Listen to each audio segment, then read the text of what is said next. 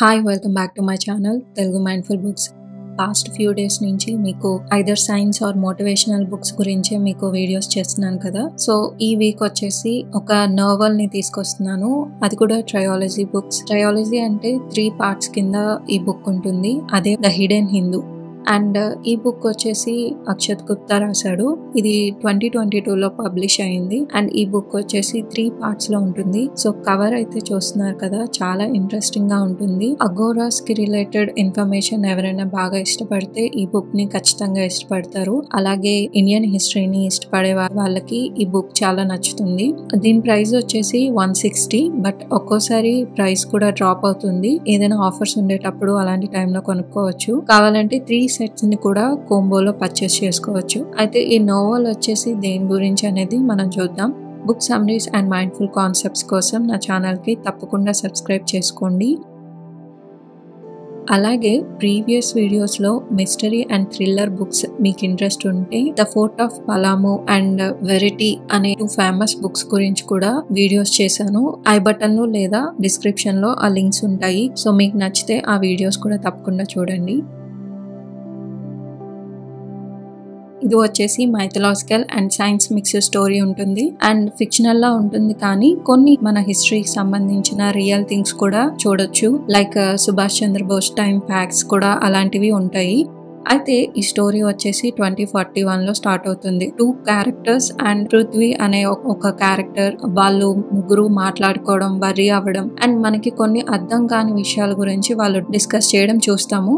And next వచ్చేసి మనల్ని direct గా వేరే స్టోరీలోకి తీసుకువెళ్తారు. అదే శ్రీనివాసన్ అనే క్యారెక్టర్. తను ఒక అఘోరా కోసం వెతుకుతున్నట్టు మనకు తెలుస్తుంది.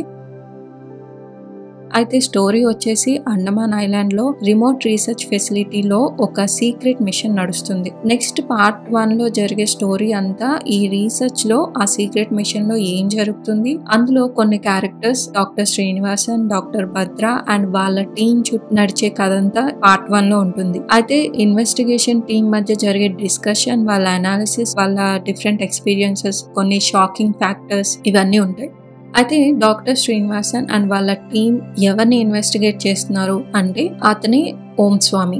ఈ బుక్ కి one of the main character. Om Swami ఎవరో కాదు, అతను ఒక అఘోరా. కాకపోతే వాళ్ళ టీంలో పనిచేస్తున్న చాలా మందికి అతన్ని ఎందుకు తీసుకొచ్చారు, ఎలా తీసుకొచ్చారు, ఎందుకు అతన్ని ఇన్వెస్టిగేట్ చేస్తున్నారు, అతని దగ్గర ఏ ఇన్ఫర్మేషన్ ఉన్నది అని తెలియదు. బట్ సగం టైం వరకు ఇన్వెస్టిగేట్ చేయగానే వీళ్ళు రియలైజ్ అయ్యి డాక్టర్ శ్రీనివాసన్ ని ఇలా అడుగుతారు, ఎందుకు ఓం స్వామిని కిడ్నాప్ చేశారు, ఎందుకు మనం సీక్రెట్ గా ఇతన్ని ఇన్వెస్టిగేట్ చేయాలి, అసలు అతని దగ్గర ఏ ఇన్ఫర్మేషన్ ఉంది, అసలు ఓం స్వామి చూడటానికి ఎందుకు అలా ఉన్నారు అని ఒకరు అడుగుతారు. దానికి అతను ఒక అఘోరా అని, అఘోరాస్ శివుణ్ణి, మా కాళిని ఎక్కువగా పూజిస్తారని, వీళ్ళు నాన్ డిస్క్రిమినేషన్ ని ఫాలో అవుతారు. వాళ్ళు చూడటానికి సాధువుల్లా ఉంటారు, కానీ సాధువుల్లా కాకుండా మోక్షం కోసం వాళ్ళు వెళ్లే విధానం వేరేగా ఉంటుంది. వాళ్ళకి ఇంప్యూరిటీస్, ప్యూరిటీస్ అని ఏమీ ఉండదు.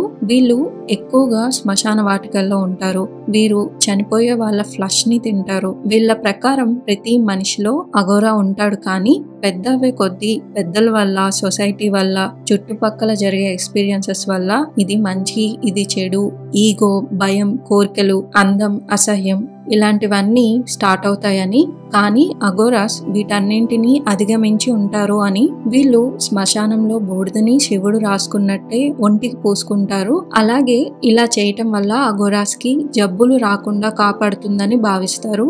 అంతేకాకుండా వీళ్ళు సాధారణ మనుషులకి తెలియని ఎన్నో తంత్రాలు, సాధనలు వీళ్ళు చేస్తూ ఉంటారు. అయితే వీళ్ళల్లో ఉన్న ఈగో, అసహ్యం, కోపం, కోరికలు ఇలాంటి ఎన్నిటినో అధిగమిస్తారు. మామూలు మనుషులు కాకుండా అఘోరాస్ ప్రతి దాంట్లోని బ్యూటీ అండ్ బ్రైట్నెస్ ని చూడగలుగుతారు అని చెప్తారు. ఇవన్నీ తెలిసాక డాక్టర్ శ్రీనివాసన్ టీం అతనితో ఓం స్వామిని సీక్రెట్ గా కిడ్నాప్ చేయటం, ఇన్వెస్టిగేట్ చేయటం ఇష్టం లేదని చెప్తారు. బట్ అతని దగ్గర ఎంతో ఇంపార్టెంట్ రహస్యం ఉందని, అది ఏంటో తెలుసుకోవటం చాలా ముఖ్యమని చెప్తాడు. సో ఇన్వెస్టిగేషన్ జరుగుతున్న టైంలో చాలా సిచ్యువేషన్స్ జరుగుతాయి. ఒక్కొక్కరు ఒక్కొక్క ప్లేస్ నుండి రావటంతో డిఫరెంట్ లాంగ్వేజెస్ వాళ్ళు ఈ టీంలో ఉంటారు. అఘోరాని హిప్నోటైజ్ అండ్ అనెస్థీషియా ఇవ్వడం చేస్తారు, కానీ అవన్నీ ఓం స్వామి మీద ఎలాంటి రియాక్షన్స్ చూపించవు. దీనికి ఓం స్వామి స్పృహ వచ్చిన ప్రతిసారి తనతో ఇలా ప్రవర్తించొద్దని ఏం కావాలో అడిగితే సమాధానం చెప్తానని కూడా అంటాడు. కానీ శ్రీనివాసన్ దీనికి ఒప్పుకోడు. కంటిన్యూగా అతనికి మత్తు మందు ఇవ్వటం, హిప్నోటైజ్ చేయటం ఇలా చేయటానికి ట్రై చేస్తూ ఉంటారు. అయితే ఇలా ఇన్వెస్టిగేట్ చేస్తూ ఉండగా ఓం స్వామి ఎవరు ఏ లాంగ్వేజ్ లో మాట్లాడితే వాళ్ళకి అదే లాంగ్వేజ్ లో సమాధానం చెప్పడం స్టార్ట్ చేస్తాడు. అంతేకాకుండా ముందుగా జరగబోయే విషయాల గురించి వాళ్ళకి చెప్పడం, దాంతో పాటు ఎవరికి తెలియని శ్రీనివాసన్ పేరు అతను పలకడం, అలాగే శ్రీనివాసన్ వచ్చేసి తెలుగువాడు, అతనికి తెలుగులో సమాధానం చెప్పడం, అక్కడ ఉన్న వాళ్ళందరితో వాళ్ళ లాంగ్వేజెస్ తో మాట్లాడడం, ఇవన్నీ చూసి వాళ్ళ టీం అలాగే శ్రీనివాసన్, డాక్టర్ భద్ర అందరూ షాక్ కి గురవుతారు. అయితే స్టోరీ ఒక పాయింట్ కి వచ్చే టైంకి వీళ్ళందరికీ ఒక షాకింగ్ విషయం తెలుస్తుంది. అదేంటి అంటే ఓం స్వామి గడిచిన కొన్ని యుగాల నుండి అతను ఉంటున్నాడు అనే విషయం ఓం స్వామి చెప్తాడు.